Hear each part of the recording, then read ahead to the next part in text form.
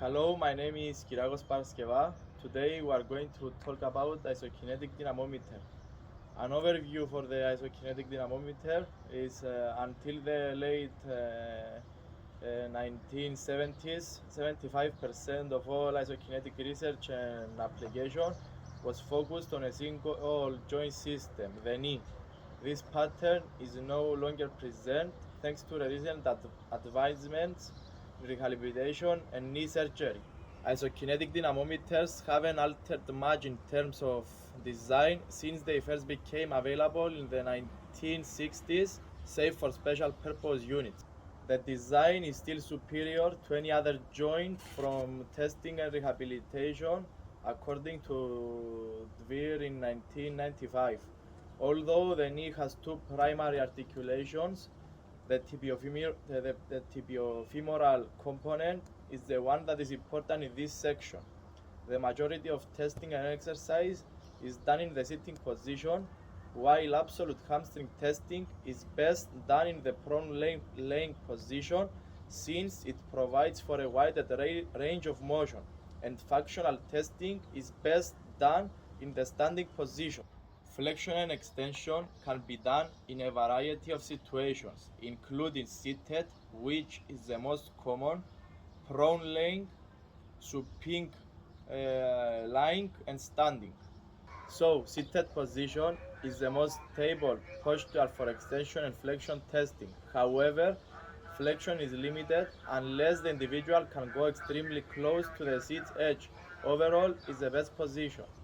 Because the chair and body act as thigh distal stabilizers, seat testing assumes minimal femoral motion. Now we are going to speak for the application. The individual typically sits with their back and thighs supported, forming a right angle at the hip. The thigh support should be long enough to allow for adequate knee flexion. Allow 2 fingers of space between the chair and the back of your calf. This would be placed towards the distal position of the thigh, allowing 75 to 90 degrees of flexion in most tests. This is the maximum knee flexion available is approximately 110 degrees whilst retaining reproducibility. This position allows for maximum extension. However, there is some controversy about whether extension beyond 20 degrees should be allowed, minus 20 degrees. As an absolute maximum, do not test beyond 0 degrees extension. Individuals find constraints beyond 5 degrees unpleasant and will perform significant isometric contractions to try to complete the range. So keep to 0 degrees if possible. Although seat recline from semi-recline to upright from 40 to 19 degrees has no influence on quadricep strength. It does have a considerable impact on hamstring strength.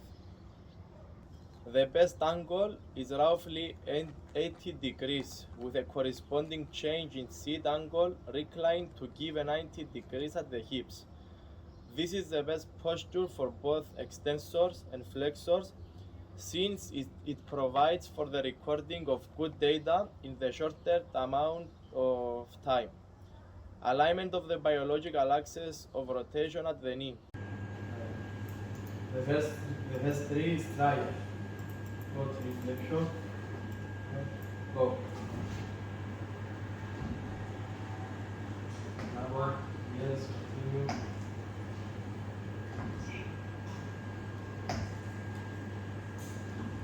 Okay, rest for 10 seconds. So you have to go strong and fast. Ready? Go to reflection. Go. Go, come on, go, push, go, yes. Go, continue, yes. One more, go. Bravo.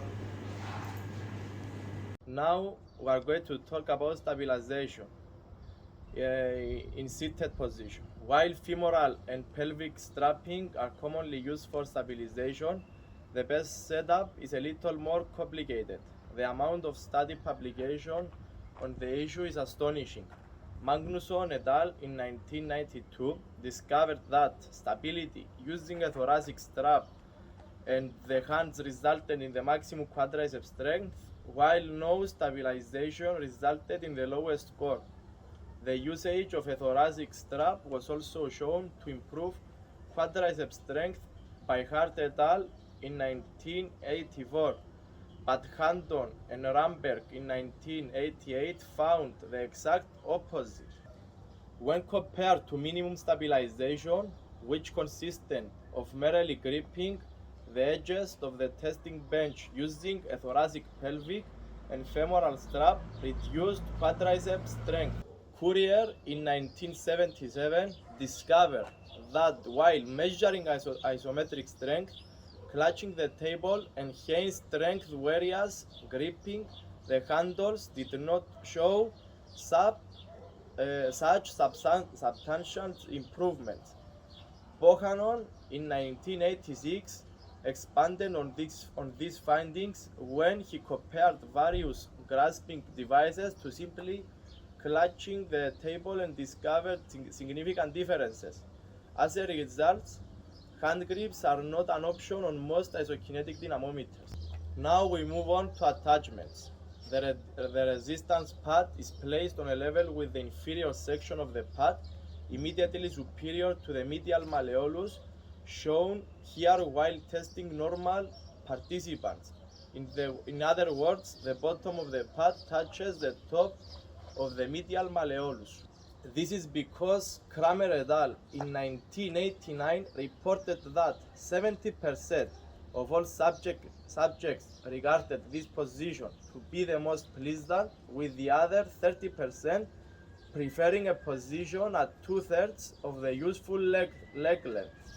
After you have spent an hour determining the usable leg length and then calculating a position 2/3 down this, your subject will be so fed up.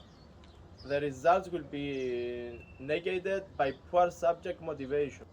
When using any chosen position, the patient should be able to dorsiflex their foot as much as possible. The resistance pad will slide up and down the leg to some degree in all topics, so be careful not to over tighten the strap around the shank. This is because of the change in joint access through range. According to Seward et al. 1975, the strength of both extensors and flexors decreases as the resistance pad is positioned closer to the knee. This pattern was observed at all test speeds.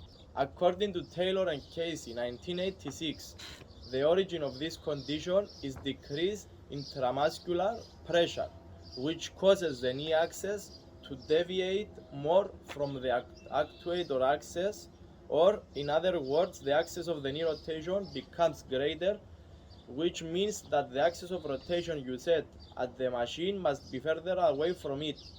A change of up to 5% in the recorded values can be predicted for every 1 centimeter change. Kramer et al. In 1989 backed up these findings. However, it's probably not that simple. Moving the resistance cell closer to the knee also shortens the dynamometer application arm and increases the angle between the arm and the shank, all of which contribute to a general loss of muscular strength when combined with changes in neurophysiological inhibitory mechanism, discomfort and pain.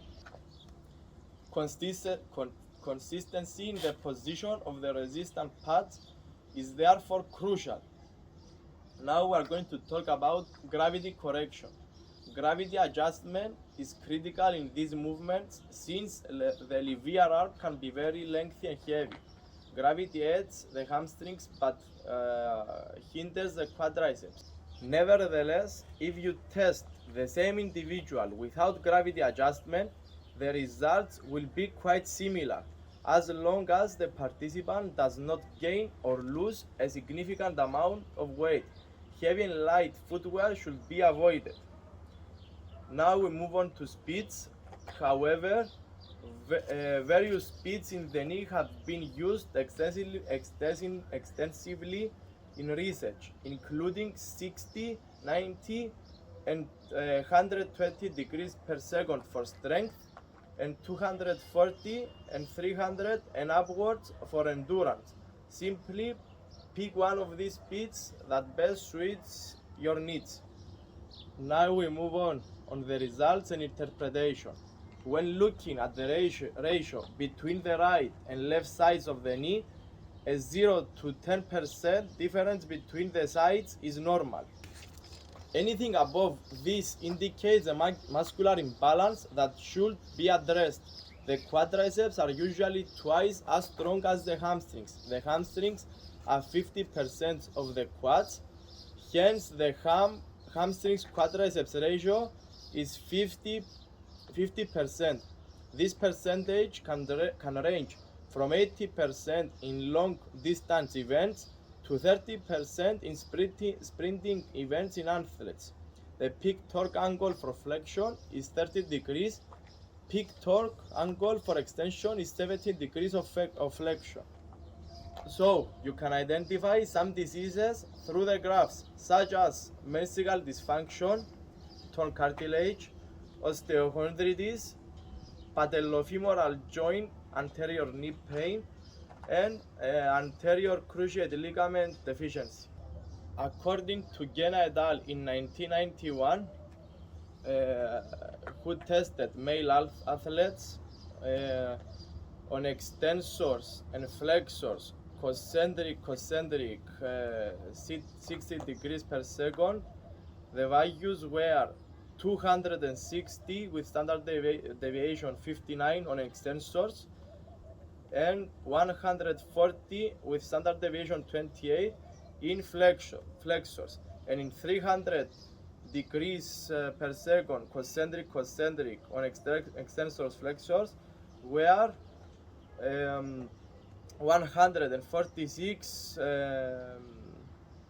with standard deviation 27 on extensors, and on flexors 88 with standard deviation 20.